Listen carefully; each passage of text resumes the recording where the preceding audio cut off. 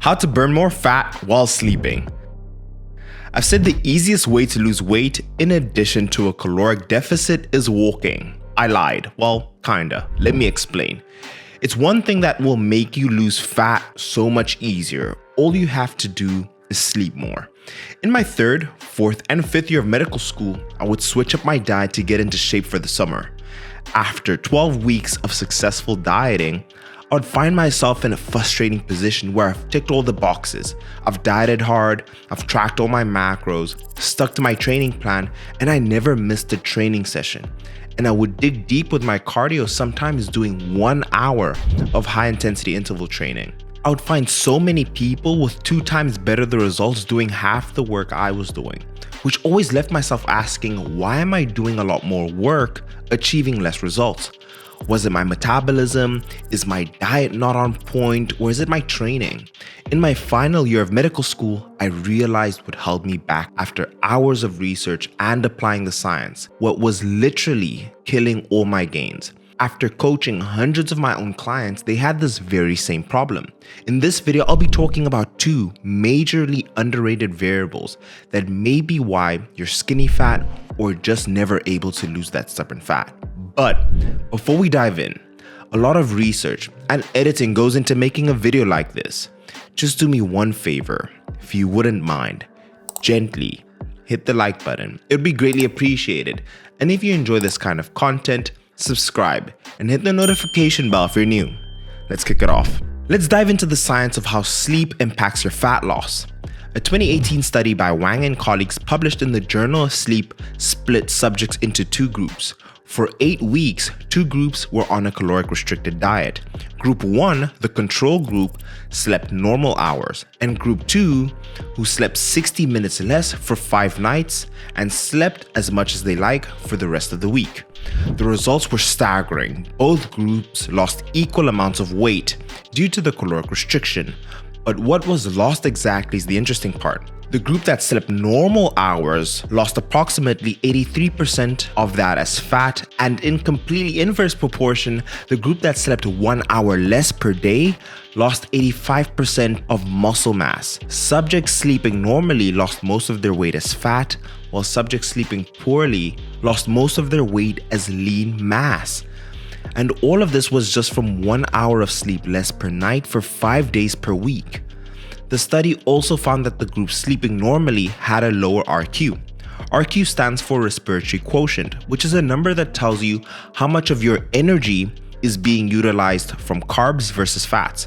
Without going too deep into the science here, the study showed that the group sleeping normally burnt more fat at rest versus the group sleeping 1 hour less. A significant reduction in RQ was found in the caloric deficit group, but not in the sleep restricted group. The study also researched the effects of our hunger hormones, leptin and ghrelin. Leptin. It serves as a gauge for energy reserves and directs the central nervous system to adjust food intake and energy expenditure accordingly. So low leptin results in an increase in hunger and a decrease in energy expenditure, the complete opposite of what we want.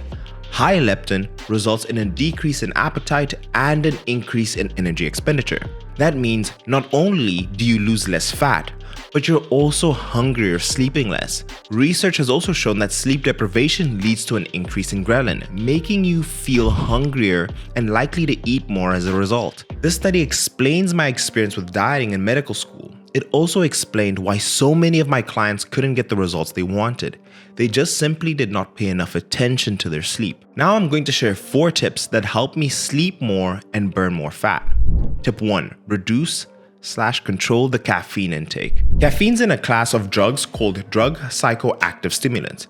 It has the ability to cause alertness and wakefulness, which is why we love having it in the morning. 200 milligram doses of caffeine is what is typically found in fat-burning supplements, and 500 milligrams is shown to have acute strength increase, which is why it's such a popular pre-workout supplement.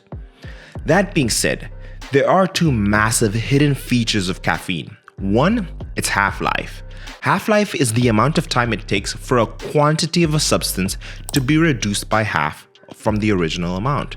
The half-life of caffeine is about 5 hours, and its quarter life is about 10 hours. So that means after 5 hours of having a cup of coffee, 50% of the caffeine is still floating around in your system, and 25% is still floating around after 10 hours. So if you have a cup of coffee at 2 p.m. in the afternoon, that means that at midnight, you still have a quarter cup of coffee in your system. This can make it harder for an individual to fall asleep. 2. Caffeine has also shown to decrease your deep, non-rapid eye movement sleep. That's the deep sleep that really helps with the body's restoration and recovery. As you can imagine, my caffeine intake was very high in medical school, resulting at least 6 hours of sleep, maybe even less, and very likely a poor quality of sleep as well.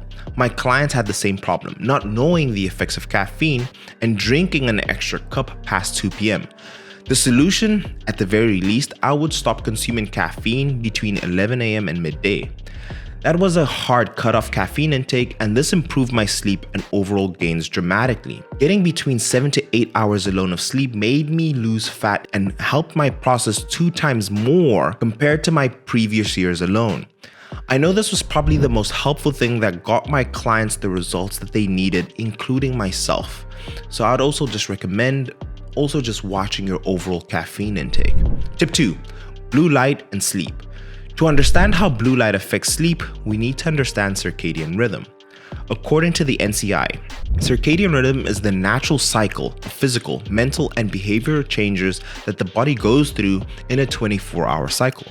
Circadian rhythms are most likely affected by light and darkness and are controlled by a small area in the middle of the brain. They can affect sleep, body temperature, hormones, appetite, and other body functions. Abnormal circadian rhythms may be linked to obesity, diabetes, depression, bipolar disorder, seasonal affective disorder, and sleep disorders such as insomnia. Circadian rhythm is sometimes called the body's clock. From a 2018 systemic review, further analysis of these 15 reports indicated that a 2-hour exposure to blue light in the evening suppresses melatonin, the maximum melatonin suppressing effect being achieved at the shortest wavelengths. We know that melatonin is a hormone that your brain produces in response to darkness. It helps with the timing of your circadian rhythm and with sleep. Being exposed to light at night can block melatonin production. Research suggests that melatonin plays other important roles in the body beyond sleep. My recommendation is avoid using phones or anything that's backlit, like your computer or your TV, at least 2 hours prior to going to bed. I also like dimming all the lights at home 2 hours before as my routine to signal my body I'm going to bed soon and consequently reduce my blue light exposure. The workaround for those who have to look at their screen before going to bed is using a blue light blocker glass. Tip 3. Set up a night routine. As humans, we're creatures of habit. I'm sure you've seen plenty of morning routines to get your day started. Doing the same to the end of your day can help tremendously with setting up the body's signals to go to bed. Personally, I have an alarm set up at 9 p.m. where I cut off all work and prepare my sleep routine. That starts with showering, having a light meal, and dimming the lights to finally get into bed by 10 p.m. Personally, I dim my phone brightness as much as possible and use my blue light blockers if necessary. I otherwise read a book every night before going to bed. Doing this consistently for a month or so allows you to get consistent rest and also have a structured way to ensure that you're getting 7 to 9 hours of sleep every night. And the second aspect is stress. Now we know the stress hormone cortisol is elevated, and a higher level of cortisol will hinder your fat loss progress. How was I able to overall decrease my stress levels? This worked for me personally. Number one, I removed anything that was able to elevate my stress in my environment or the people in my surroundings, or I was able just to detach myself completely. And sometimes that is necessary to be able to identify in your life and what is causing me true stress and how to decrease that. It will help with your life overall. Something that also helped me tremendously was meditation.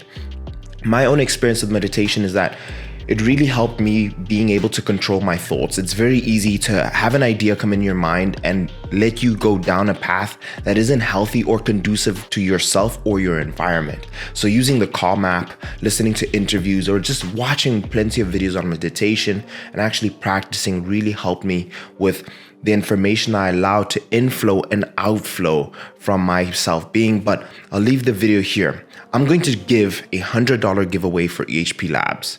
right? I want you to do this. Number 1, like the video. Number 2 is be subscribed. And number 3, comment down below which part of this video you found the most helpful. All I'm going to do is the person that I pick, I am going to pin their comment. So drop your comment down below. I'll also be replying to a lot of you guys. If you guys want to talk to me about things that are stressing you and how I could potentially help with that, or things that are hindering you from sleep, let me know in the comments. I have a few slots open for coaching. If you're serious, if you really want help, if you want me personally to help you with your transformation, there's an application in the description below, and I'll leave the video here. I'll see you guys in the next one. Cheers and get some rest.